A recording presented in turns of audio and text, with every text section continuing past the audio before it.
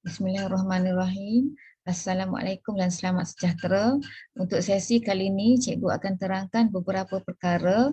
Yang pertama, macam mana nak gunakan menu page layout untuk kita setkan margin, setkan orientation dan size. Yang kedua, cikgu akan tunjukkan fungsi merge, shrink to fit dan wrap text dalam format cell.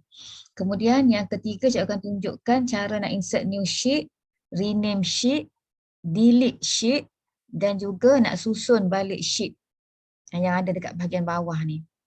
Okey, kita pergi kepada yang pertama. Yang pertama, cikgu nak tunjuk page layout. Okey, page layout ni, kamu kena klik dekat page layout lah. Baru dia akan nampak margin. Kalau dekat menu lain, contoh menu home, kamu akan nampak toolbar yang berbeza. Sekarang cikgu klik pada page layout. Okay, kamu boleh nampak margin, orientation, size. So cikgu nak fokus kepada 3 perkara ni sahaja. Apa dia margin? Margin ni kamu nak tentukan size dokumen yang kamu akan print, berapa jarak daripada kiri, kanan, right, kiri, left, kanan, right, top, atas, bottom, bawah. Footer ni untuk kita set, kita nak letak page number, kita kena bagi ruang jugalah untuk footer. Okey, header pun ruang untuk kita nak buat tajuk sekiranya perlu. Header ni optional. Footer pun optional. Kalau tak nak, tak apa. Mungkin header ni kita boleh buat terus dekat worksheet. Tak perlu pun kepada header. Okey, itu untuk margin. Bila kita nak set margin? Margin ni kita perlu tengok bila contohnya kita buat satu dokumen, dia melebihi daripada first page. Melebihi daripada satu page, maka kamu boleh set, boleh tukar. Left ni bagi kurang sikit, right pun bagi kurang, supaya data kita tu muat dalam satu page. Kebiasaannya macam itulah. Okey, yang kedua cikgu nak tunjuk orientation. Orientation ni kita nak setkan kita punya dokumen ni bentuk portrait. Portrait tu memanjang. Landscape tu bentuk melintang. Okey, size pula kita tentukan size dokumen kita. Kalau kita guna kertas A4, kita pilih A4. Okey. Next kita pergi kepada yang kedua. Yang kedua cikgu nak tunjukkan fungsi merge, shrink to fit dan wrap text. Okey, apa semua tu? Cikgu tunjukkan sheet yang cikgu dah sediakan ni, senarai nama tingkatan 4. Okay, kita fokus kepada merge. Okay, contoh, katalah cikgu nak buat tajuk. Okay, cikgu nak buat tajuk kepada dokumen ni. Cikgu perlu insert lah satu row dekat atas ni. Macam mana cara nak insert? Kita dah belajar dekat sesi lepas. Klik dekat sini, insert. So satu ruang akan disediakan di atas ni. Okay, katalah cikgu type dekat sini. Senarai nama kelas 4A. Ataupun senarai nama tingkatan 4 mengikut kelas. Okey. So bila cikgu type dekat sini, dia tak nampak tengah. Macam mana kamu nak bagi dia ada di tengah? Kamu kena highlight daripada sel A ni. Kita tengok data senarai nama tingkatan 4 mengikut kelas ni berada dalam sel mana? Sel A1. Kita type dekat sel A1. Kalau bila kamu type ni, dia nampak macam dia berada dekat sel A1, B1, masuk sikit dekat C1. Sebenarnya dia hanya ada dalam sel A1. Sebab apa cikgu kata macam tu? Sebab bila kamu klik sel B2, tak ada apa muncul dekat formula bar. Bila cikgu klik sel C1, tak ada apa muncul dekat formula bar. Kita dah belajar sesi sebelum ni, apa dia formula bar? Formula bar dia akan keluar apa yang kita type dalam sel berkenaan. Jadi cikgu type tadi dalam sel A1, sebab tu bila kita klik A1 nampak penuh senarai nama tingkatan 4 mengikut kelas. Tapi bila kamu view tengok dekat luar ni, seolah-olah senarai nama tingkatan 4 mengikut kelas ni berada dekat sel A1, B1 dengan C1. Sebenarnya tidak, dia hanya berada dekat sel A1. Okey, kalau kamu tarik A1 ni baru nampak dia ada dekat sel A1. B1 ni kosong. Okey, so cikgu kecilkan balik. Cikgu nak letak tengah antara senarai nama ni. Apa yang perlu cikgu buat?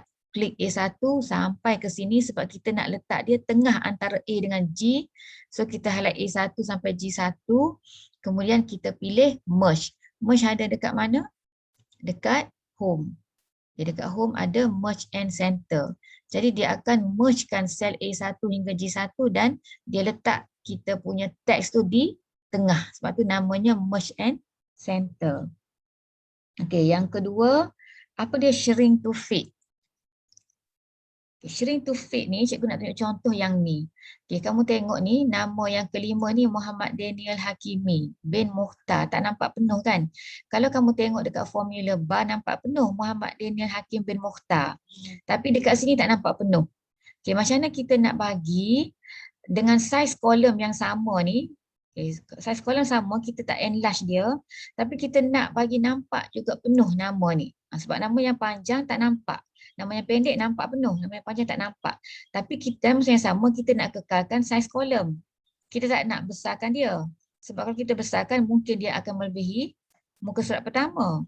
Okay, jadi apa perlu kita buat? Kita highlight. Sebaiknya kamu highlight yang tiga ni. Yang tiga ni klik kanan sebab tiga ni tak nampak penuh kan. Klik kanan, highlight, klik kanan, pilih format cell, alignment. Dia ada dalam tab alignment. Pilih shrink to fit. Bila kamu klik OK, kamu akan dapati data dalam ni akan mengecil mengikut saiz kolom sedia ada. Dia nampak penuh. Itu shrink to fit. Boleh juga kalau kita nak set siap-siap untuk semua sekali, maka kita highlight the whole column sebab ada lagi nama yang tak nampak semua kan. Kalau kamu nak pilih satu-satu lambat. So kamu highlight semua. Highlight semua. Ni semua kelas ke tempat ni. Klik kanan, format cell, pilih shrink to fit. Okey. So kamu akan dapati semua nama nampak walaupun namanya panjang. Semua akan berada dalam kolom ni. Itu shrink to fit. Jadi apa fungsi shrink to fit? Dia akan mengecilkan data dalam sel, dalam kolom mengikut saiz kolom. Data tu akan kecil mengikut saiz kolom.